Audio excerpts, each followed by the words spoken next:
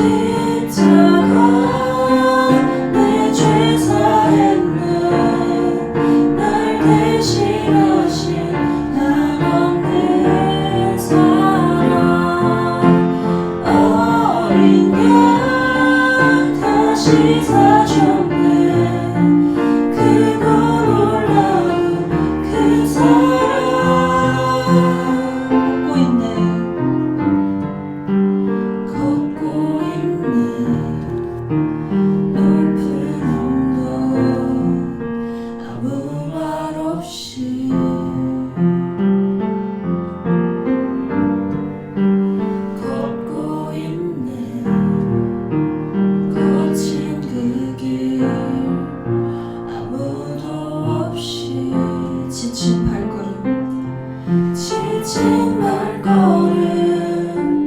흐르는 눈물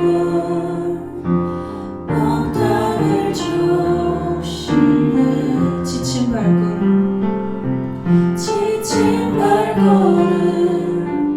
흐르는 눈물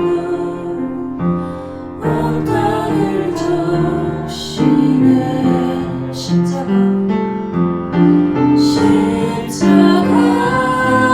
내 죄 사했네 날 대신하신 한없는 사랑 어린 양 다시 사셨네 크고 놀라운 그 사랑 십자가 내 죄 사했네 날 대신하신 한없는 사랑 어린 양 다시 사셨네 크고 놀라운 그 사랑 십자가 내 죄 사했네 날 대신하신 한없는 사랑 어린 양 다시 사셨네 크고 놀라운 그 사랑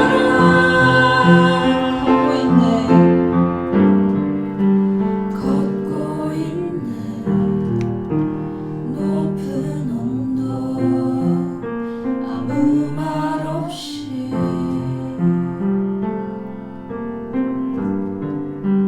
걷고 있네 거친 그 길 아무도 없이 네, 홍수연 청년 나오셔서 기도해 주시겠습니다.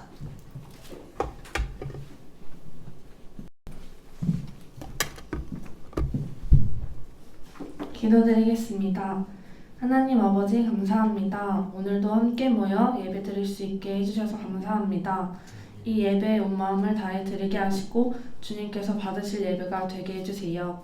집중할 수 있는 힘을 주시고 말씀을 듣고 삶에 적용하여 순종하는 삶을 살아갈 수 있는 청년부 되게 해주세요.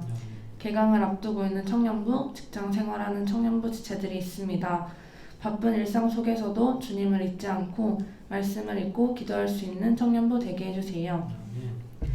말씀으로 회복하며 서로 사랑하는 교회가 되게 하시고 주님만을 보며 나아가는 교회가 되게 해주세요. 사순절 기간입니다. 우리를 사랑하셔서 십자가에 못 박히신 예수님을 더욱 생각하고 경건한 마음을 가질 수 있도록 도와주세요.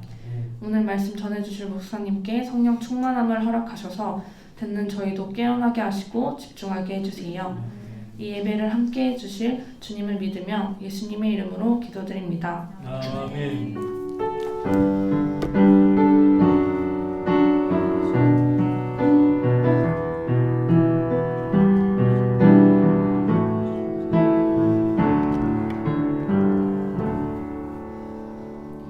오늘 말씀은 요한복음 14장 26절에서 29절 말씀입니다.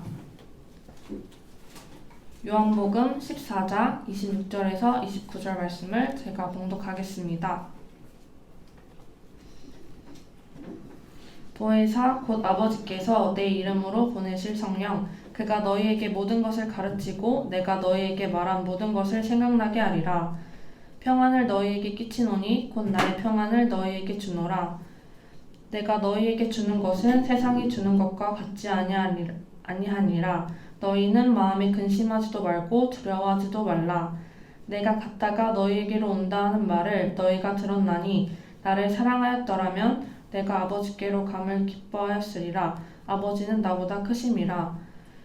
이제 일이 일어나기 전에 너희에게 말한 것은 일이 일어날 때에 너희로 믿게 하려 함이라. 아멘.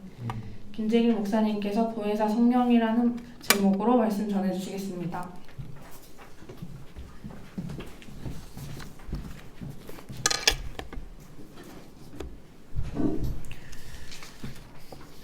성령은 진리의 영이십니다. 그러므로 그분만이 우리를 온전히 진리로 인도하실 수 있습니다. 그분만이 진리를 증거하시고 또 진리를 인치시는 분입니다.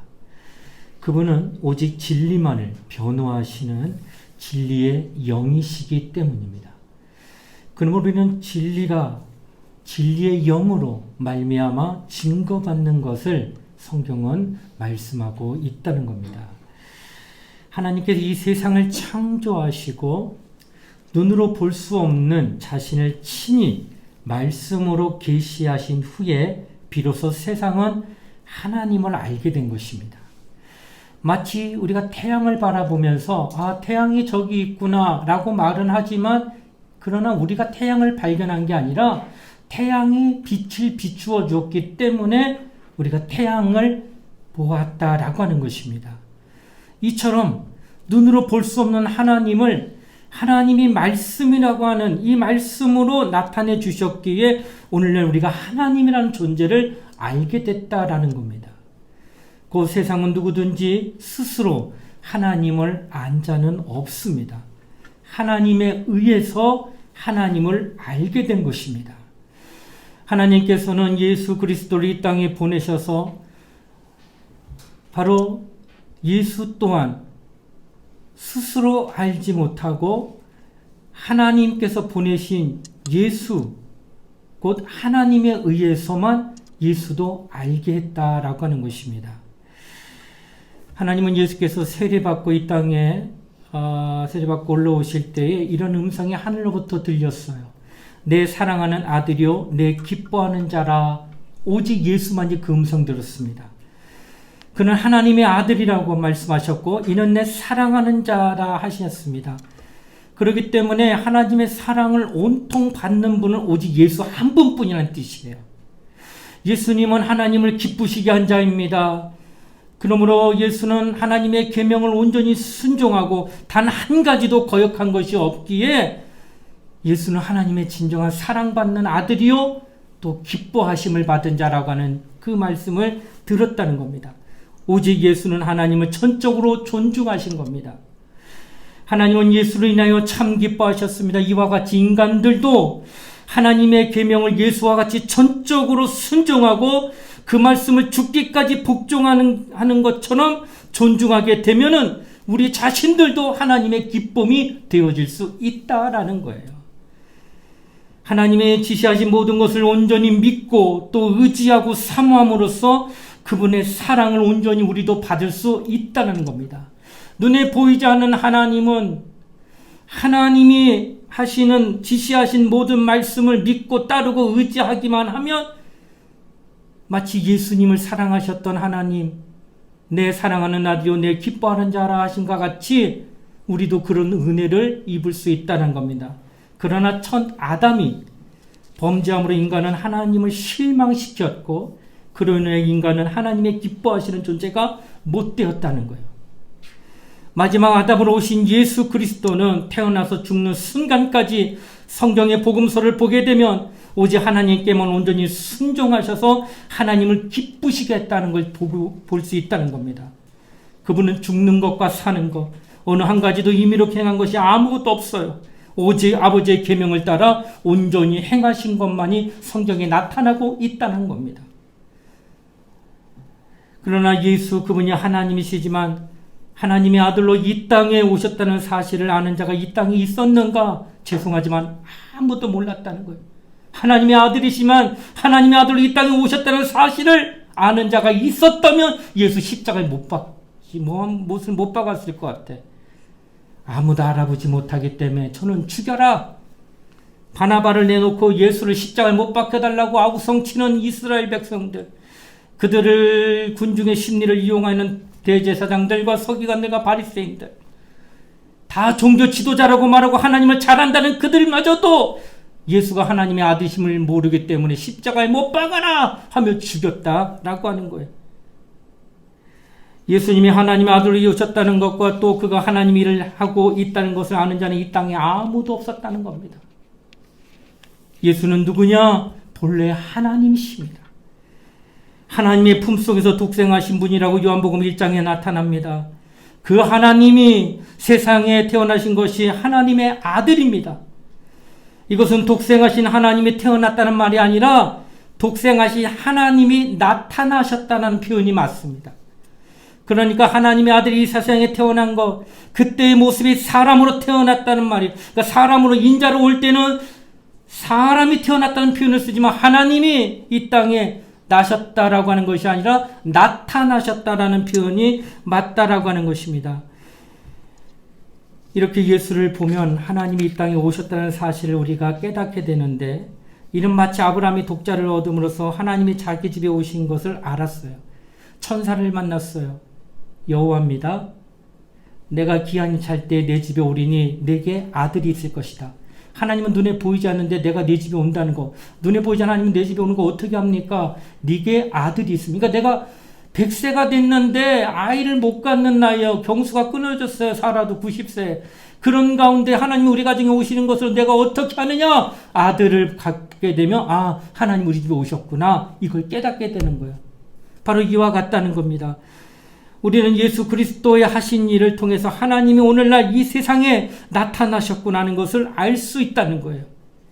드디어 세상은 예수로 인해 하나님이 우리를 얼마나 사랑하시는지, 그리고 오늘 우리에게 얼마나 복을 주시려고 하는지, 그리고 하나님의 행복으로 참 행복하게 하시는 분임을 우리는 예수를 통하여서 하나님을 보게 됐다는 거예요. 하나님이 눈에 보이지 않지만 아들을 보내어 우리를 구원하시고 우리를 사랑하시고 우리에게 복을 주시고 마침내 자기 주시고 행복하게 하시라는 것들을 우리는 예수를 통하여서 하나님의 마음을 알았다라고 하는 것입니다. 예수 그리스도는 본래 하나님이시다라는 겁니다. 또한 히브리서 1장 2절에 보면 그는 만물을 창조하신 분이다. 만물을 창조하시는 이, 그는 천사들이 거하는 하늘도 창조하셨다고 성경은 증거합니다. 이 하늘이 얼마나 큰지 모른다는 거예요. 여러분이 고린도 전후서에 보게 되면은 바울이 3층천을 갑니다. 그래서 3개의 하늘이에요. 여러분이 지금 하늘에서 비행기 떠다니고 또 잠자리라든지 새들이 날아다니는 하늘을, 이게 첫 번째 하늘이고 그 위에 하늘이 있어요. 그것은 우주를 얘기합니다. 성경에는 공중이라고 표현하기도 하고 음부라고도 표현하기도 하는데 궁창이라고 그러죠. 궁창 만들었다고. 이 우주에. 그러니까 여기서 빛의 속도가 1초에 30만 킬로미터. 지구 7바퀴 반 도는 속도예요. 이 땅에 하나님의 지으신 빛이 있으라 할 때 그 빛이 바로 이 빛인데, 창조된 이 빛은 30만 킬로미터를 달려가는 어마어마하게 빠른 속도인데, 이 속도로 여기에서 태양까지 가는데 약 몇 분이 걸리냐? 8분이 걸립니다.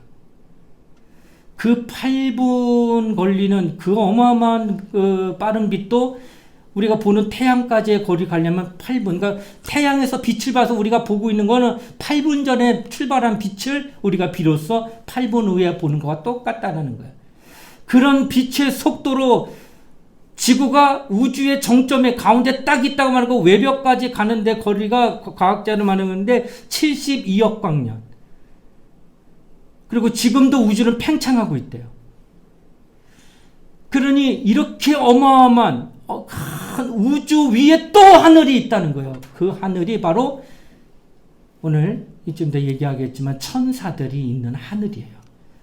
그 하늘에 누가 갔느냐? 사도 바울이 내가 죽었는지 사는지, 내가 몸 밖에 있으면 몸 안에 있었는지 모르는데 내가 그 하늘을 경험했다라고 얘기했어요. 그래서 성경에 보게 되면 이렇게 하늘이 우리가 보는 이렇게 하늘, 대기권 안에 하늘, 대기권 밖의 우주, 그 위에 신들의 하늘, 이렇게 세 가지로 구분을 하는데 이게 얼마나 크냐는 거예요.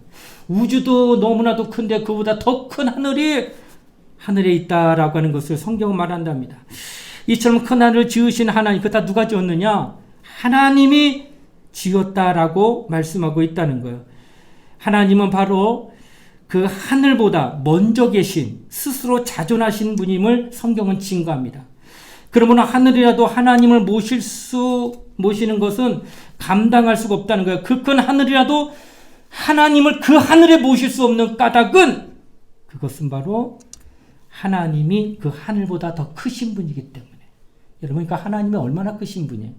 이거는 우리가 눈으로, 우리 머리로, 상상하거나 어떻게 해도 감을 잡을 수가 없을 정도로 크신 분이 바로 하나님이시다라는 것을 성경은 지금 얘기하고 있다는 겁니다. 그렇게 자존하시고 하늘이 없어도 스스로 있으실 분인데 왜 하늘을 만드셨는가? 그 하늘은 섬기는 자들 위해 베푸신 것인데 거기가 누가 섬기느냐? 나중에 얘기하지만 천사들이 그 하늘에서 하나님을 섬기게 하기 위해 장소를 만들어 놓은 게 바로 하늘이라는 거예요. 주기도문 가운데 이런 말씀이 있습니다. 하늘에 계신 우리 아버지. 여기서 사용하는 하늘이라는 것은 헬라어로 우라노이스라고 하는 뜻인데 두 가지 뜻이 있어요. 첫째는 신들의 하늘, 곧 영이 있는 영의 하늘 이런 뜻이에요. 그래서 하나님을 섬기는 천사들이 있는 하늘, 그 거룩한 천사들이 거하는 하늘이라는 뜻으로 하늘에 계신 우리 아버지 할 때 이 하늘이 그 하늘에 하나님을 모시려고 바로 천사들이 대동해서 섬기려고 준비하고 있는 하늘이라고 말하는 것이에요. 또한 우라노이스라고 하는 것이 단수 쓸 때 이러지만 복수를 쓸 때는 하늘들 위에 하늘, 아까 말했던 삼층천 이렇게 우주가 있고 또 그 위에 그 하늘, 그 다음에 그보다 대기권 아래에 있는 이 하늘까지 총망라해서 모든 하늘에 하나님이 다 충만하게 계시다라는 것을 성경은 지금 말씀하고 있다라고 하는 것입니다. 그래서 하늘에 계신 우리 아버지라는 말은 모든 하늘의 창조주가 되셔서 어디서든지 충만하신 분이라는 뜻으로 지금 설명하고 있다고 하는 것이에요. 하나님은 그 하늘에 무엇을 두었느냐? 하나님의 이름을 거기에 두었다는 거예요. 천사들이 뭐예요 지금? 하나님의 이름을 둔 그 하늘에 하나님의 이름을 섬기는 일로 천사들이 지금 거기에 있다라고 하는 것이에요. 그래서 마치 성소에 하나님의 이름을 두신 것 같이 하나님의 이름을 거기 하늘에 두시고 천사들로 하여금 하나님의 이름을 지금도 섬기게 하고 있다는 겁니다. 그래서 그분은 하늘과 땅에 충만한 분이라는 것을 성경은 이야기합니다. 하나님은 영이신지라 공간을 초월하고 시간과 장소를 막론하고 어디에나 충만하신 분이 바로 하나님이십니다. 다만 우리는 눈으로 그를 절대 보지 못할 뿐이라는 거예요. 역대하 6장 18절에 보면 사람이 볼 수 있는 하늘, 그 하늘보다 더 큰 하늘들, 우주입니다. 그 위에 있는 하늘이라도 하나님을 용납할 수 없거든 어떻게 사람이 땅에 만들어 놓은 이 좁은 성전에 하나님을 모시리까? 라고 누가 얘기했냐? 솔로몬이 얘기했다는 거예요. 솔로몬이 성전을 지으면서 그렇게 크신 하나님을 어떻게 내가 지은 성전에 모실 수 있겠는가? 다만 그 성전에 하나님의 이름만을 둘 뿐이다 라고 얘기했다는 거예요. 하나님은 그렇게 크신 분이라 그를 모실 수가 없다는 겁니다. 자, 그 하늘보다 그 크신 분, 그 크신 하나님이 이제 인간을 만드셨다는 거예요. 자기의 형상의 모양을 따라 사람을 만들었다는 것입니다. 예수는 하나님의 본체라고 성경은 말합니다. 사람은 하나님의 본체의 형상을 따라 지음을 받았다고 하니까 하나님이 마치 사람 마냥 키가 작다고 생각해서는 안 됩니다. 이는 인간도 사람의 형상을 따라서 그 모양대로 손가락 크기만한 인형을 만들어 놓은 것이 있어 이 땅에도. 마치 하나님도 이와 같이 하늘 위에 하늘보다 더 크신 하나님이시지만 그 하나님의 본체의 형상의 모양을 따라서 작고 작은 지극히 작은 사람을 만든 것이 여러분과 나라고 하는 거예요. 여러분 조그맣고 예쁘장하게 생긴 사람 보면 말이 나오기를 인형 같다요. 정말 예쁜데? 그러나 정확히 또 엄밀히 말하면 인형은 사람의 모형입니다. 그런데 사람의 모양을 만들어 놓고 사람이 인형 같다고 하면 그게 말이 되겠느냐는 거예요. 인형이 사람같이 어떻게 사람이 인형 같다고 말하는 거예요. 사람이 먼저 있었고 그래서 그걸 본따서 조그마한 인형을 만드는데 사람 자신을 보고 인형 같다고 말하는 게 말이 안 된다. 인형이 사람을 닮았구나 라고 하는 것이 맞다라는 거예요. 마치 이 말은 너희 할아버지가 꼭 너 닮았다. 이게 말이 돼요? 내가 할아버지 닮은 거지 어떻게 할아버지가 나를 닮아. 바로 이와 같은 이치라는 거예요. 그러니까 하나님이 신분인데 아까부터 하늘을 얘기했던 까닭은 하나님이 얼마나 크신 분이란 걸 얘기한 거예요. 그 하나님이 사람을 만드는데 예수가 하나님의 본체이고 그 본체의 형상을 가지신 분인데 그의 모양을 축소하고 작게 해서 만든 게 누구냐? 여러분과 나인 사람이다 라고 하는 거예요. 자, 어느 날 그 하나님의 본체이신 그 크신 하나님이 세상에 나타나기 위하여 사람의 몸에 지극히 작은 형체를 입고 이 땅에 오셨다는 거예요.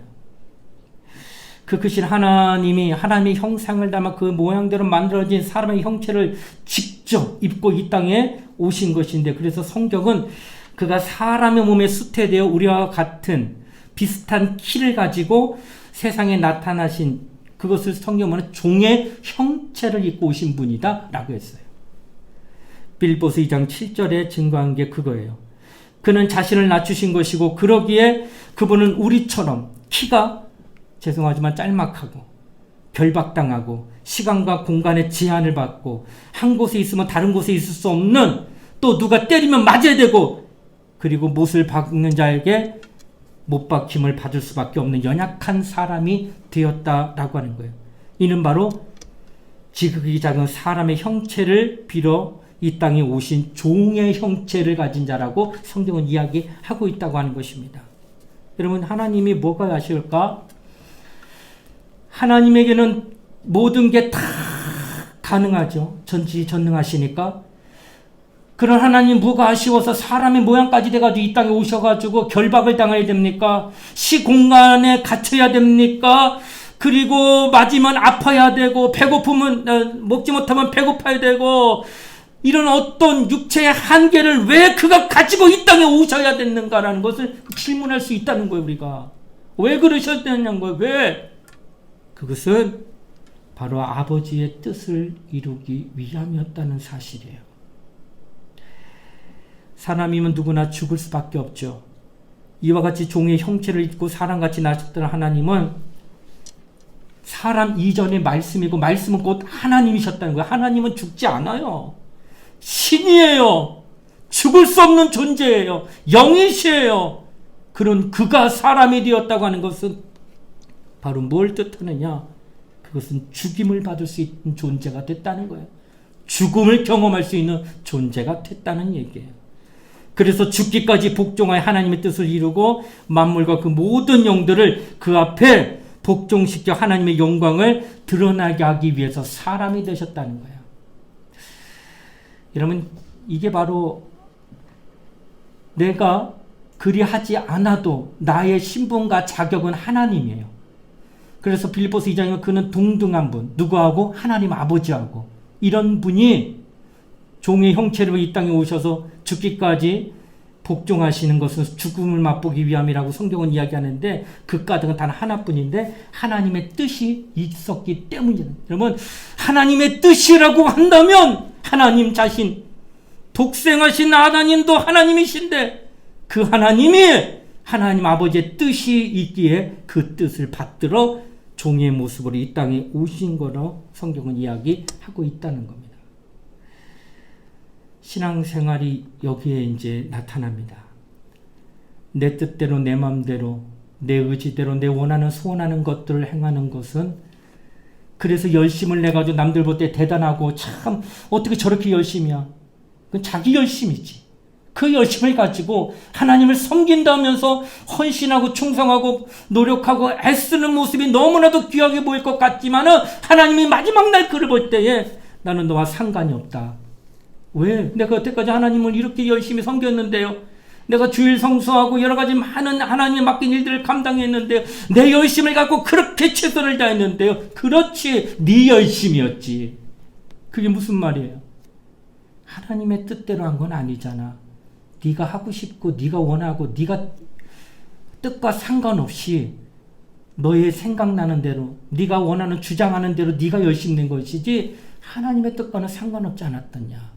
이게 굉장히 두려운 말입니다. 여러분, 신앙생활은 하나님의 뜻하고는 관계없다고 한다면 그 신앙생활이 아니다라고 하는 거예요. 요한복음 14장 28절에 말합니다. 내가 갔다가 너희에게로 온다는 말을 너희가 들었나니 나를 사랑하였다면 내가 아버지께로 감을 기뻐하였으리라. 아버지는 나보다 크심이니라고 오늘 본문에 말씀했어요. 하나님의 본체이신 이가 세상에 지극히 작은 종의 형체로 오신 것은 그가 죽음을 맛보려는 아버지의 뜻을 이루기 위함이었는데, 그것은 바로 죽지 않으면 다시 하늘로 올라갈 수 없기 때문입니다. 내가 나를 사랑하였다면 내가 아버지께 가는 것을 참으로 기뻐하였을 것이라.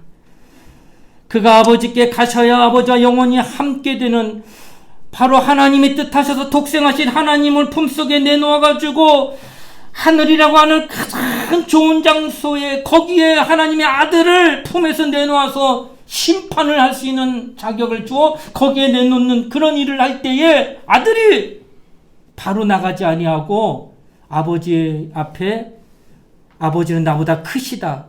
동등한 내가 어떻게 크게 만들 수 있냐는 거예요. 동등한 권리와 동등한 자격과 동등한 권세와 동등한 능력을 가지신 하나님이 어떻게 그가 나보다 크다고 말할 수 있느냐는 거예요. 그것은 종의 형체를 가져서 죽으시면 나를 살리시는 분은, 죽은 자는 나를 살리시는 앞에서 살림을 받는 자가 살리는 자보다 작은 자예요. 그러니까 살려주시는 이가 큰 자라는 뜻이에요. 그러니까 하나님 아버지의 그 나보다 크시다 하는 것을, 아들은 이 땅에 오셔서 죽기까지 순종하시고 복종하심으로 나를 살려주시는 하나님을, 아버지를 바라보며 아버지는 나를 살리시는 분으로 나는 아버지는 크신 분이다 라고 겸허한, 달리면 겸손한 그런 인자의 모습으로 이 땅에 나타나셨다는 것을 성경은 말씀하고 있다고 하는 것이에요. 아버지는 나보다 크시다고 하는 것은 어떤 계급이나 또는 족보상에 나보다 높다는 것이 아니라 크다는 말이에요. 왜 그런가? 그는 아버지와 동등됨을 취하지 않고 자기를 겸손이며 종의 형체를 입고 죽음을 맛보려고 사람으로 오셨기 때문에 살리시는 이 앞에서 자신이 그가 나보다 크다고 할 수밖에 없는 그 조건으로 내려오셨다는 얘기예요. 이렇게 하나님은 아들이 품속에 나오셔가지고 아들이 동등됨을 취할 것으로 하지 아니요, 굉장히 겸손하셔서 아버지는 나보다 크신 분임을 말씀하는 것을, 또 그것을 증거하기 위해서 십자가에 못 박혀 죽기까지 복종하셨어요. 죽을 계명 살 계명 다 아버지께 받아가지고 내려와서 그렇게 했다는 거. 이렇게 해서 지금 어디 가셨느냐? 부활하셔서 승천하셔서 하나님 보좌 우편에 가신 이 사실을 누가 알 수 있겠는가? 예수가 이 땅에 육신으로 오셔가지고 육성을 들어서 3년 동안 예수의 음성을 들었던 제자들도 이 사실을 모르는 거예요. 어느 누구도 이와 같은 하나님이 뜻하신 계획대로 아들이 오셔가지고 순종하고 죽기까지 하시면서 이렇게 행하신 일들을 아무도 모른다. 누가 알느냐? 누가 알아서 가르칠 수 있겠느냐? 하나님과 동등됨을 취할 것에 대한 종의 형체를 가지고 이 땅에 와서 고난받는 그 사정을 과연 누가 알겠느냐? 아무도 모른다. 예수도 오셔서 그렇게 하나님의 복음을 전했지만 사람이 알아듣지를 못해요. 가르쳐도 깨달을 수가 없다는 거예요. 이런 상황에 예수가 말씀하셨다는 거예요. 누가 알려냐? 누가 알 수 있겠느냐? 그래서 예수는 오직 아버지가 말씀하신 것대로만 행하시고 증거하시고 그리고 죽으신 거예요. 그래서 예수께서 비로소 이제 말씀하시기를, 내가 가면 보혜사가 오셔서 비로소 너희에게 내 사정을 설명하고 내 입장을 설명하고 내 신분에 대하여 비로소 너에게 가르쳐 줄 것이다. 그래서 예수께서는 성령께서 그 입장을 표현해 주실 것을 말씀하시며 보혜사 성령을 아버지께로 받아서 너에게 보낸다고 약속하고 올라가셨다라고 하는 것입니다. 그래서 성령이 오시고 그 성령은 예수를 변호하기 시작하는 거예요. 변호사는 법정에서 피고의 억울한 누명을 벗겨서 죄 없는 원래의 정직한 모습을 되찾아주듯 죄 없으신 예수, 죄가 없고 그는 하나님이셨다고 하는 그 본체의 하나님이었다는 사실을 누가 와서 증거하냐? 성령이 증거한다는 거예요. 성령이 아니고는 도무지 깨달을 수가 없는 겁니다. 신앙생활, 바로 이와 같이 하나님의 아들이 그러니까 이렇게 얘기하잖아요. 영생은 곧 참하신 하나님과 그가 보내신 자 예수 그리스도를 아는 것이니라. 안다고 하는 것은 확실하게 그에 대해서 증거할 수 있는 능력을 가진 자를 얘기하는데 어떻게 예수가 그런 분인 걸 알 수 있느냐는 거예요. 그렇게 알아야 영생 얻는다는데 도무지 그렇게 믿어지지도 않고 알아지지 않는데 어떻게 하느냐는 거예요. 그래서 성령이 오셨다고 하는 거예요. 성령이 오셔서 그를 변호하는 거예요. 그가 십자가 위에서 못 박혀 죽으셨는데 주전 400년 전부터 십자가 형틀이 나타나요. 그런데 400년 동안 어떻게 오판이 하나도 없었을까? 재판하다 보면은 사람이 하는 거기 때문에 실수할 수 있지 않을까? 근데 한 번도 실수한 적이 없대요.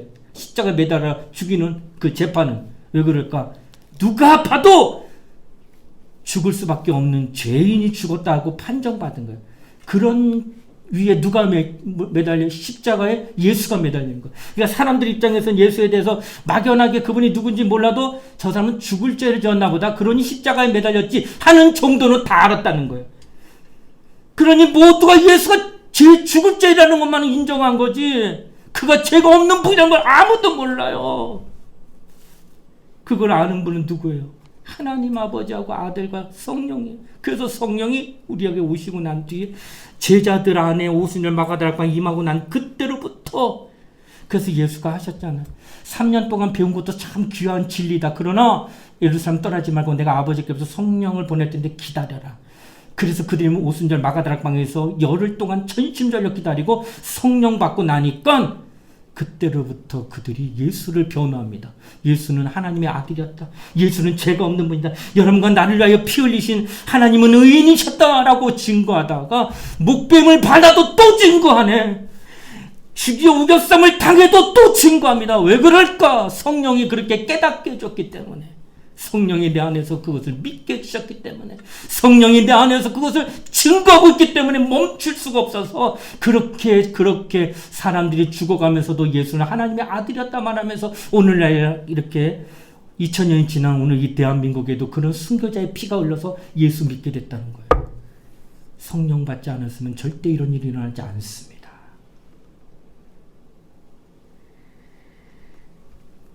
이처럼 우리는 보혜사 성령이 우리와 함께 하시는 그 은혜가 있었기에 우리가 이날 믿음이 있다고 하는 사실을 증거받고 있다는 겁니다. 보혜사라는 의미는 첫째로는 함께 하심입니다. 둘째는 봉사하심입니다. 세 번째는 변호하심입니다. 그러니까 보혜사가 있다는 게 오시게 되면 우리와 영원히 함께 하시고 그리고 그가 봉사하시는데 무료로 그냥 자원하는 마음으로 봉사하시고 그리고 끝까지 변호하십니다. 먼저는 예수가 하나님의 아들임을 변호하고 그 다음에 우리의 증거, 우리 자신이 하나님의 자녀임을 변호하십니다. 그래서 성령 받으면은 절대 예수 부인하지 않습니다. 목에 칼이 들어와도 총이 들어와도 절대 예수 부인하지 않습니다. 그 까닭은 보혜사가 영원히 함께하며 우리를 인도하고 계시기 때문이다라고 하는 것입니다. 성령이 진리의 영이란 말은 진리이신 예수를 변호한다는 변호자라고 아까 얘기했습니다. 성령은 수많은 인류 가운데 지극히 적은 그리스도인들에게만 임하신 분이에요. 그러니까 하나님은 만물을 창조하셔서 만물 가운데 주장하시고 보존하고 계시면은 성자 예수 그리스도는 그 가운데 인류만 상대하는 건 만물 아니고 그래서 인류를 위하여 역사적인 존재로 이 땅에 나타나서 피 흘려 또 물을 다 쏟으며 십자가에서 못 박혀 죽으시고 그 인류를 구원하신 거예요. 그 인류 가운데에 이를 믿는 자들은 극소수입니다. 지금까지 예수 오시거나 2000년 동안 퍼센트 따면 약 1%밖에 예수 안 믿었대요. 그 학자들 얘기면 1%밖에 안 된대요. 그 1% 믿는 자들의 성령이 임하신 굉장히 더 축소돼서 오시는 거죠. 그렇게 축소돼 가지고 정말 그리스도인들에게만 들어오셨는데 그 속에서 자신을 나타내는 것이 아니라 누구를 나타내느냐? 오직 예수만을 증거하신다는. 누가 오셔서? 성령이 오셔서. 성령이 오셔서 하시는 일은 예수 믿는 자들 속 안에 많지도 않은 그 사람 속 안에 오셔가지고 예수만을 증거하신다. 그러므로 예수를 알고 있는 자들의 믿음을 인치시고 예수를 알고 있는 자들이 가지고 있는 그 진리를 보증하는 거예요. 저가 예수를 믿습니다. 그 믿음을 탁 찍어요. 도장을 하나님의 것 하고 끝내버려요. 그리고 그가 그의 말씀을 마음에 갖고 있는 것대로 이루어질 수 있도록 협력합니다. 그가 말씀을 얼마만큼 갖고 있느냐에 따라서 역사는 어마어마하게 나타납니다. 조금 그냥 알면 그만큼만 역사하시지만 그가 정말 하나님에 대한 말씀에 대하여 하나님의 아들 예수에 대하여 가신 말씀을 마음에 막 가지고 있으면 그 말씀 가지고 있는 만큼 성령이 막 보증하셔요. 확증하세요. 이가 가진 믿음은 실상이다. 이가 가진 믿음은 증거가 되는 믿음이다. 이가 가진 믿음은 살아있는 하나님의 역사를 나타낼 만한 그런 능력 있는 믿음이다라는 걸 성령이 증거해 주신다는 거예요. 그 예수 이름을 믿고 그의 모든 말씀을 인정할 때 그 믿음을 인치시고 그 보증으로 능력을 반드시 나타내게 준다는 거예요. 그러나 예수 믿지 않으면, 시인하지도 않으면, 그리고 그 하신 말씀을 멸시하고 무시한다면 성령은 그 믿음을 결코 보증할 수가 없다는 거예요. 불신자는 아예 해당도 안 됩니다. 멸시하니까 예수를. 그러나 신자 가운데도 보증받지 못하는 신자들이 너무 많아요. 왜 그럴까? 처음에는 성령 받았다고 방언하는 걸 봤어요. 기뻐하며 할렐루야 찬송하는 것도 봤어요. 근데 시간이 좀 지나가 바람 빠진 풍선처럼 이 사람이 그때 그 사람 맞아? 할 정도로 너무나도 나약해져 있어요. 성경 이런 자를 마치 돌짝 가운데 떨어진 씨처럼 잠깐 기뻐하다가 뿌리가 없어 말라지는 것을 비유했고, 또 말씀으로 환난 받을 때 낙심하고 포기하는 자라는 것을 성경은 증거하고 있다는 겁니다. 그가 예수를 아는 지식을 가지고 있지 않아 그렇습니다. 성령으로 지속적으로 그를 보존하거나 지속적으로 그의 믿음을 확증해 줄 수 있는 말씀이 그에게 나타나지가 않으니까 성령은 받았는데 성령이 일을 안 해. 성령이 폐업했어. 성령이 그냥 아무것도 안 하고 그냥 가만히 계시는 거예요. 성령은 우리 안에서 주의 말씀을 나타내시는 분으로 지금 와 계신데도, 얼마든지 나는 일하고 싶은데도, 얼마든지 나는 정말 하나님의 역사를 드러내고 싶은데도 성령이 할 수 있는 게 없는 까닭은 그 사람에게서 그 일을 할 수 있는 확증과 증거를 나타낼 수 있는 말씀이 안 보여요. 예를 들어 예수께서 믿는 자에게는 이런 표적이 따르리니 저희가 내 이름으로 귀신을 쫓아내며 새 방언을 말하며 뱀을 집으며 무슨 독을 마실지라도 해를 받지 아니하며 병든 자에게 손을 얹은즉 나으리라는 말씀이 이 사람 안에 그것이 있다고 한다면 성령은 오셔서 그걸 인칩니다. 확 찍어요. 하나님의 말씀 맞다. 그리고 그 말씀을 기억하는 자들에게 귀신을 쫓게 될 때 귀신 쫓는 현상이 나타나게 합니다. 왜? 하나님 말씀이었으니까. 귀신아, 억압받고 있는 사람이 귀신아, 예수를 명하느니 나아가라 하면 드러나요. 병자를 위해서 하나님 기도합니다. 낫게 하여 주시옵소서. 근데 이 말씀이 들어와 있지. 미리 병든 자에게 손을 얹으면 나으리라. 이미 말씀이 들어와 있기 때문에 그 말씀을 믿고 기도하기 때문에 이것을 거짓이 아닌 진실이라는 것을 성령의 말씀이 있다는 걸 믿고 보증하시는 거예요. 그래서 낫게 하는 거예요. 이런 말씀들이 내 안에 내재만 돼 있다고 한다면 목회자만 이런 일 하는 게 아니라 믿음이 있는 자, 믿는 자들이 다 이런 능력이 나타나니까 여러분 어딜 가서도 이런 말씀만 있으면 다 능력이 나타난다는 거예요. 녹음 테이프에 음성이 녹음되어 있어야 그 음성이 재생되듯이 하나님의 말씀이 내 속에 녹음이 완전히 돼 있어야 그 안에서 믿음이 드러날 때의 보증과 성령의 역사가 따라 나온다는 거예요.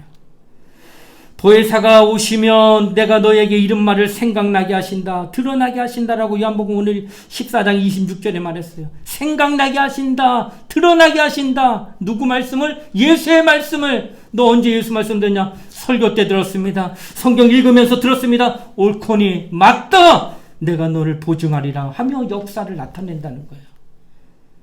당신에게 예수의 말씀이 없다면 아무리 성령이 임한다고 해도 그분은 일하시지 않습니다. 오늘은 성령의 시대인 것은 틀림이 없습니다. 그래서 성령만을 사모하고 예수를 등한히 하는 그런 일을 가끔 보게 되는데 이게 좀 안타깝습니다. 성령은 예수를 증거하고 진리 가운데로 오시는 분이면 확실한데도 불구하고 성령 받기는 사모하는데 예수는 등한히 그가 하신 일들, 그가 하신 말씀은 아무 생각 없이 오직 그냥 성령만 받겠다. 이것이 대표적인 운동하는 데거든요. 오순절 운동이에요. 그래서 오순절은 뜨겁습니다. 왜? 기도 많이 합니다. 성령이 임하게 하면 기도해야 되니까. 그래서 뜨겁게 기도는 하는데 그들의 신앙의 내면을 들어가 보면은 예수는 전혀 상관없이 오직 팔자나 늘어지고 병이나 고치고 성령을 사모하는 모습들이 굉장히 우려되고 있는 것이 현실에 많이 나타났다는 거예요. 그러나 이것을 부인하는 게 아니라 그 또한 있어야 되지만 밸런스, 조화가 필요하잖아요. 균형이 필요하잖아요. 말씀도 더 사모하고 받고 있으라는 거예요. 그렇게 될 때에 하나님의 말씀이 나타나게 되는 거예요. 성령은 예수의 말씀을 기억한 자들, 그들이 병을 낫기 위하여 말씀을 의지하고 있다면 그 말씀대로 될 겁니다. 그 말씀을 기억하고 있는 자에겐 하나님의 능력이 반드시 나타나게 된다는 거예요. 그 말씀을 기억하고 있는 자에겐 반드시 하나님의 형통함이 나타난다는 거예요. 어찌 보면 올해 여러분이 멘토들 통하여 멘티들이 성경 말씀을 많이 보고 있다고 생각해요. 여느 때보다. 설교를 통해서 말씀을 듣기도 하고 또 인물 성경 공부를 통해 말씀을 듣기도 하고 있습니다. 이거 다 왜 이렇게 열심히 내는가? 여러분에게 그것을 갖게 하는 거예요. 하나님의 말씀이 내재하게 하는 거예요. 찾고 읽고 아멘하고 받아들인 말씀이 계속 차곡차곡 내 안에 쌓이게 하려고 하는 거예요. 쌓이고 충만하면 어느 때 필요할 때 그 말씀이 이루어지기를 소원하며 기도하며 성령을 의지하게 되면 성령은 역사하게 되어 있다는 거예요. 이게 없어요. 근데 내재된 하나님의 말씀이 하나도 없으면 성령의 임해도 아무것도 안 나타나요. 그래서 말씀을 많이 가까이 하라는 거예요. 읽으세요. 그리고 들으세요. 그리고 사모하세요. 이렇게 되면 자신의 영혼이 하나님 말씀으로 채워지게 될 겁니다. 이때 성령의 간구함, 성령으로 역사해달라고 기도하며 여러분의 소원하는 바 안타까운 문제들을 위하여 간구할 때 역사가 나타나기 시작하는 거예요. 이런 원리가 성경에 기록되어 있어요. 덮어놓고 믿어. 그냥 믿으면 다 되는 거 아니야? 아니야. 덮어놓고 그냥 펼쳐보고 그런 거 하고 믿으란 말이에요. 그래서 원리 원칙대로 주님이 제시한 방법, 하나님이 제시한 방법대로 따라가게 되면 그 보증은 하나님이 하실 거니까 그대로 역사가 나타나는 거예요. 우리 모두 말씀을 사모하시길 바랍니다. 그리고 내 영혼에 그 말씀을 가득 채우십시오. 성령이 확신과 증거를 나타내도록 성령 충만하세요. 말씀을 많이 들었는데 또 성령 충만하지 않으면 또 말씀 능력 안 나타나. 이게 밸런스예요. 성령은 충만해, 기도는 많이 하는데 말씀이 하나도 없기 때문에 그는 그냥 기도할 때만 뜨거운 거야. 기도할 때만 그 정도고 기도 안 하고 평상시 삶 가운데는 능력이 하나도 없어요. 그래서 같이 가는 거예요. 말씀하고 그 다음에 성령의 충만함이 같이 진행될 때 역사가 나타날 거예요. 오늘 이 시간 우리 함께 기도할 때 하나님 앞에 그렇게 기도합시다. 하나님, 내 안에서 이제 성령이 오셔가지고 하나님의 아들이 이 땅에 오셨는데 인자로 그 크신 하나님이 이 땅에 종의 형체를 가지고 오신 까닭을 아는 자가 과연 누가 있었는가? 아무도 몰라요. 그래서 성령이 오셔서 우리를 알게 하시는 거예요. 그리고 성령이 오셔가지고 예수가 하신 말씀을 더 드러내고 계십니다. 여러분과 내가 예수의 말씀만 기억하고 있다면 병도 낫을 것입니다. 또한 능력도 나타날 것입니다. 형통도 할 것입니다. 또한 귀신도 쫓아낼 것이고 방언도 할 것이고 해를 받지 아니하는 그런 하나님의 역사가 나타난다라고 말씀하셨습니다. 오늘 이 시간 우리 주여 한번 부르고 내 안에서 보혜사 성령이 나타날 수 있도록 우리 합심하며 함께 간절하게 기도하시겠습니다. 주여! 하나님 아버지 감사합니다. 오늘도 주님께서 우리를 주의 전을 불러주시고 은혜 베풀어 주심을 감사드립니다. 보혜사 성령이여 우리에게 임하여 주심을 감사드립니다. 그는 우리와 함께 하시며 그는 봉사하시며 그는 변호하고자 우리 안에 임하신 분이요 그리고 예수를 하나님의 아들이심을 나타내시는 분이요 또 그 아들이 하신 말씀을 기억하는 자들에게 그 믿음을 보증으로 잊히시고 그에게 확증을 나타내 주셔서 살아계신 하나님의 말씀은 어제는 오늘 영원토록 통일하느니 너희는 그 말씀을 믿고 따르라 하시는 그 음성이 날마다 우리 삶에 나타나게 하여 주시길 원합니다. 우리는 살아계신 하나님이 우리 하나님 되심을 믿고 간과에 응답받는 자 되게 하여 주시고 보혜사 성령으로 정말 충만한 영혼 될 수 있도록 인도하게 하여 주시옵소서. 이제 우리는 하나님 앞에 기도합니다. 하나님의 말씀을 늘 기억하는 자 되게 하여 주시옵소서. 그러게 말씀을 정말 내 영혼에 가득 채우고 사모하게 하여 주시고 성령이 이제 마침내 확증과 증거를 나타낼 수 있도록 늘 성령 충만할 수 있도록 기도하는 우리 모든 청년부가 될 수 있도록 인도하여 주시길 원합니다. 오늘도 하나님께서 저희들을 주의 전에 불러주셔서 주의 말씀을 듣게 하시니 감사합니다. 우리는 하나님의 성령 인도함을 받은 자 되게 하여 주시길 원합니다. 우리는 성령꾼이 되게 하여 주시기 원합니다.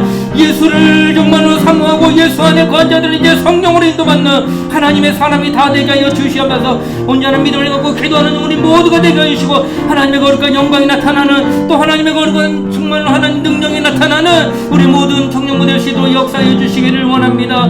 하나님의 성령이 늘 함께하여 주시길 소원하여 믿음으로 간구합니다. 우리 모두가 정말 하나님의 성령인 진리의 영으로 인도함받아서 오직 진리만을 증거하시고 또 진리만을 인치시고 진리만을 변호하시는 하나님의 영으로 인도함받는 우리 모든 청년부 될 수 있도록 도와주시옵소서. 역사하여 주시옵소서. 하나님 아버지 감사합니다. 우리는 보혜사 성령을 받은 자가 되었습니다.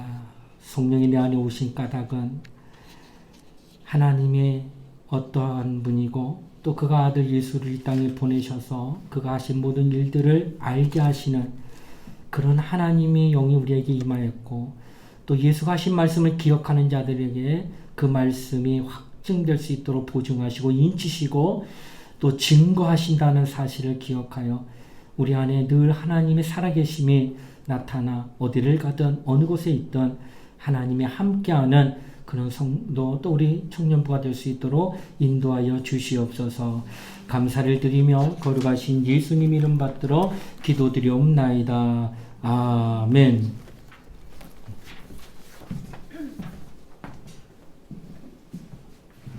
네, 광고해드릴게요. 여러분, 오늘 2월 마지막 날입니다. 그렇다면 무엇을 안 하셨는지 기억이 나시겠죠? 네? 네? 자, 아벨, 2월 인물 아벨 얼른 인증해서 대장님들 다 보내주시기 바랍니다. 다음 주 예배 진행 인원은 찬양 인도는 최혜성 청년, 기도와 봉독은 박은채 청년, 반주는 이지민 청년이 담당해 주실 겁니다. 네, 예배 진행 인원들은 기도로 준비해 주시길 바랍니다.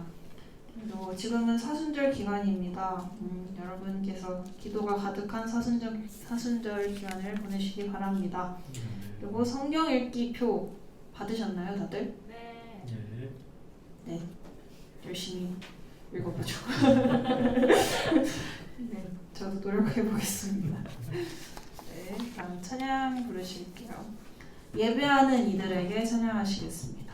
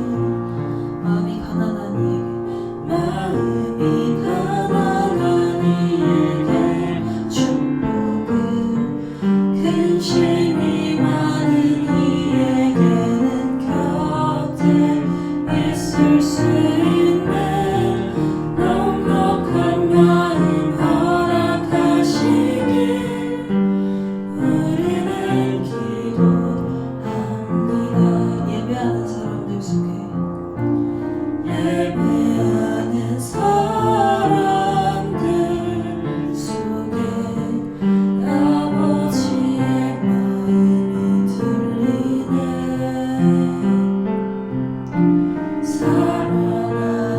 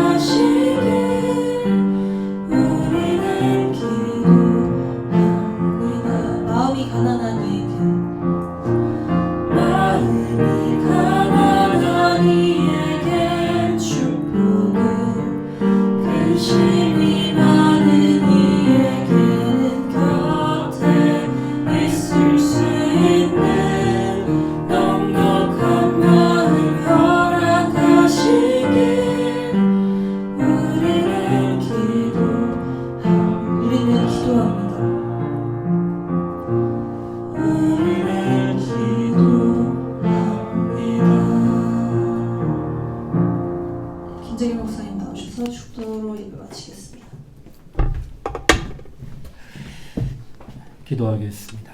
지금은 우리 주 예수 그리스도의 은혜와 하나님의 사랑과 성령의 감화 감동 교통하심이 오늘 보혜사 성령을 모신 우리 모든 이들이 이제 그 성령으로 말미암아 주신 말씀이 드러날 수 있도록 순종하여 성령 충만하여 하나님을 나타내기를 소원하는 또 결단하는 우리 청년들 머리 위에 이제로부터 영원토록 함께 하시기를 간절히 축원하옵나이다. 아멘.